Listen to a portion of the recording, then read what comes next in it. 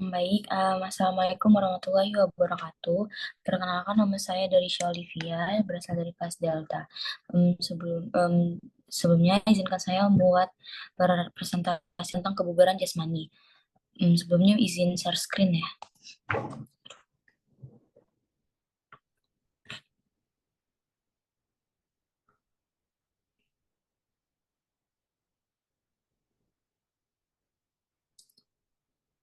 Baik, di sini ada outline-nya, yaitu yang pertama kebugaran tubuh, yang kedua pentingnya aktivitas tubuh, dan yang ketiga ada future health.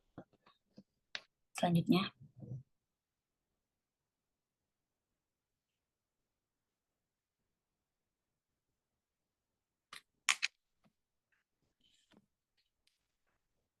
Oke. Apa sih itu kebugaran jasmani? Kebugaran jasmani adalah indikator kemampuan seseorang dalam menjalankan aktivitas sehari-hari. Kebugaran jasmani adalah salah satu faktor penentu kesehatan serta ketahanan tubuh. Misalnya, semakin Anda rutin berolahraga, maka daya tubuh Anda akan semakin lebih baik. Selanjutnya adalah manfaat kebugaran jasmani. Manfaat kebugaran jasmani tidak hanya dirasakan secara fisik, tetapi juga berkaitan dengan kondisi mental seperti stres, kelelahan, sehingga depresi. Beberapa manfaat kebugaran jasmani adalah sebagai berikut. Yang pertama ada meminimalisasikan risiko penyakit kardiovaskular, yaitu melakukan aktivitas fisik akan melatih kekuatan otot jantung dan dalam mengalirkan darah ke seluruh tubuh. Selain itu, otot jantung yang kuat dapat menjaga organ tersebut tetap stabil. Tidak cukup sampai di situ, menjaga kebugaran jasmani adalah salah satu langkah efektif menurunkan kadar kolesterol dalam tubuh, sehingga meminimalisirkan risiko penyakit jantung koroner. Dan yang kedua, ada menjaga tulang kesehatan. Menjaga tulang kesehatan adalah salah satu manfaat peningkatan kebugaran jasmani untuk menjaga kesehatan tulang. Pasalnya, kepadatan tulang akan berkurang sehingga berjalannya usia. Dan yang ketiga adalah mengontrol kadar gula darah.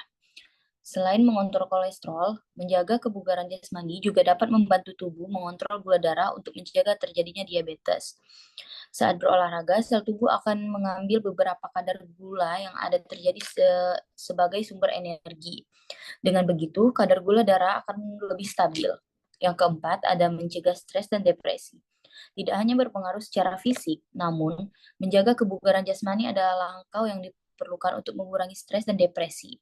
Rutin berolahraga dapat membantu hormon hormon serotonin dan endorfin yang akan mengurangi depresi dan membuat emosi lebih stabil. Yang kelima adalah menjaga berat badan. Salah satu contoh kebugaran jasmani adalah memiliki berat badan ideal. Nah, olahraga sendiri membantu Anda menjaga berat badan. Melakukan aktivitas fisik akan membantu membakar kalori dalam tubuh sehingga berat badan akan tetap stabil. Faktor yang mempengaruhi kebugaran jasmani itu ada tiga, ada 6. Selanjutnya boleh.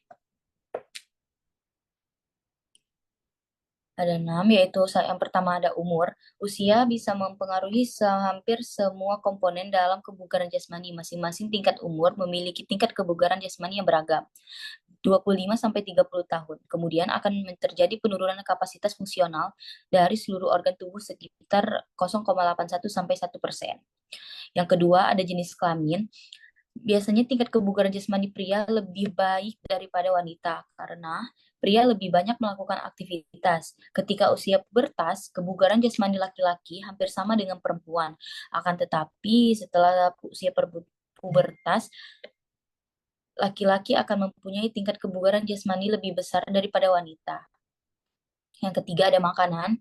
Asupan gizi yang seimbang sangat berpengaruh terhadap kebugaran jasmani seseorang. Dengan gizi yang seimbang, 50% karbohidrat, 20% protein, dan 38% lemak. Maka akan ada harapan bahwa tubuh terpenuhi dalam faktor gizi, karena tubuh akan terlihat lebih sehat dan lebih kuat jika kita um, gizi dengan seimbang. Yang keempat, pola tidur dan istirahat. Tidur berguna agar tubuh beristirahat karena saat itu otot-otot kembali dibangun setelah latihan. Bisa dibayangkan bagaimana orang itu kurang tidur. biasanya akan merasa lemas, letih, lesu. Jadi istirahat yang cukup menjadi faktor yang penting dan berpengaruh terhadap kebugaran jasmani. Yang kelima, keturunan atau genetik.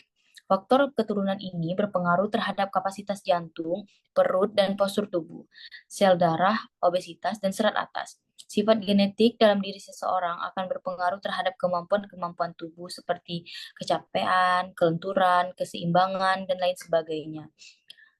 Sementara menurut hasil penelitian, ada beberapa unsur yang dipengaruhi faktor keturunan, diantaranya adalah kemampuan aerobik sebesar 93%, sistem asam laktat sebesar 81%, dan denyut jantung maksimal sebesar 86%. Dan yang terakhir nih selalu dilakuin sama anak-anak cowok terutama. Tetapi ada juga yang sebagian anak-anak cewek yang ngelakuinnya, yaitu akibat ngerokok. Akibat merokok, tubuh akan menghisap kadar CO2 yang menyebabkan berkurangnya nilai FO2 maksimal. Hal itu tentunya berpengaruh terhadap daya tahan tubuh. Saat seseorang merokok 10-12 batang dalam sehari, di dalam hemoglobin akan terkandung 4,9% CO. Hal tersebut bisa membuat kadar oksigen yang diserap ke jaringan tubuh akan menurun sekitar 5%.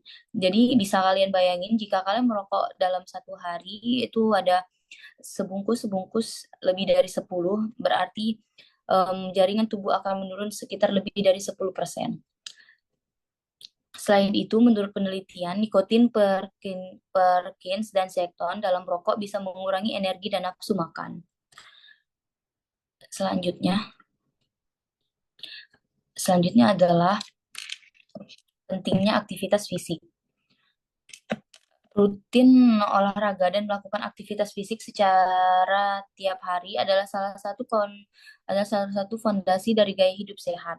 Meskipun demikian, banyak orang yang masih mengartikan aktivitas fisik sebagai olahraga berat, penuh siksaan, padahal belum tentu. Aktivitas fisik tidak harus melalui yang dilakukan di gelangan olahraga atau di pusat kebugaran. Anda bahkan bisa melakukan aktivitas ini di rumah, yaitu dengan cara aerobik, dengan cara yoga, dan lain sebagainya. Aktivitas fisik adalah setiap gerakan tubuh yang meningkatkan pengeluaran tenaga atau energi dan pembakaran energi. Aktivitas fisik dikategorikan cukup apabila seseorang melakukan fisik atau olahraga selama 30 menit setiap hari atau minimal 3-4 hari dalam seminggu. Selanjutnya, ini adalah tipe-tipe aktivitas fisik, yaitu ada 15% aktivitas fisik ringan, yaitu dapat dilakukan selama kurang dari 150 menit per minggu. Berbagai bentuk aktivitas yang dilakukan meliputi mencuci piring, memasak, memancing, dan sebagainya. Itu biasanya dilakukan sama orang-orang yang pemula.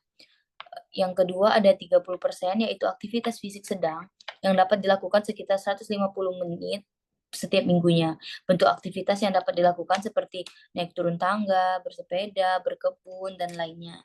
Ini biasanya rentan dilakukan sama anak remaja.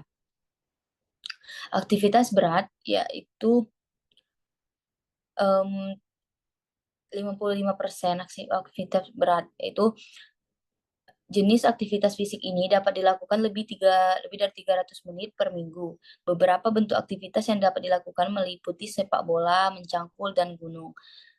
Selanjutnya, slide selanjutnya.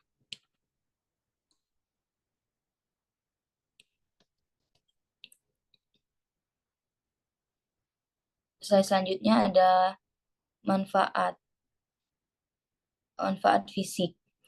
Manfaat fisik terbagi menjadi dua, yaitu manfaat pertama mengurangi kecemasan, mengendalikan stres, menghilangkan daya tahan dan sistem ketebalan tubuh, mengendalikan kadar kolesterol, memperbaiki kelenturan sendi dan kekuatan otot. Yang manfaat kedua, mencegah diabetes melitus atau kencing manis, mengendalikan berat badan, penurunan resiko kropos tulang, mengendalikan tekanan darah tubuh, dan memperbaiki postur tubuh. Selanjutnya,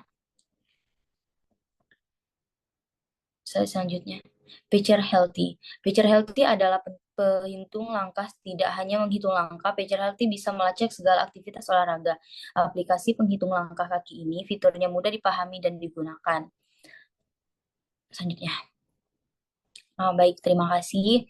Mungkin itu saja presentasi dari saya. Jika ada pertanyaan boleh ditanyakan. Terima kasih.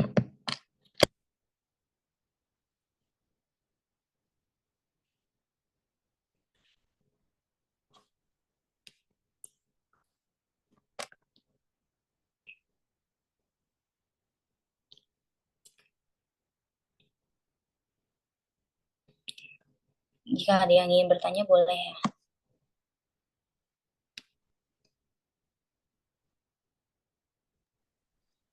Izin bertanya, Kak. Ya,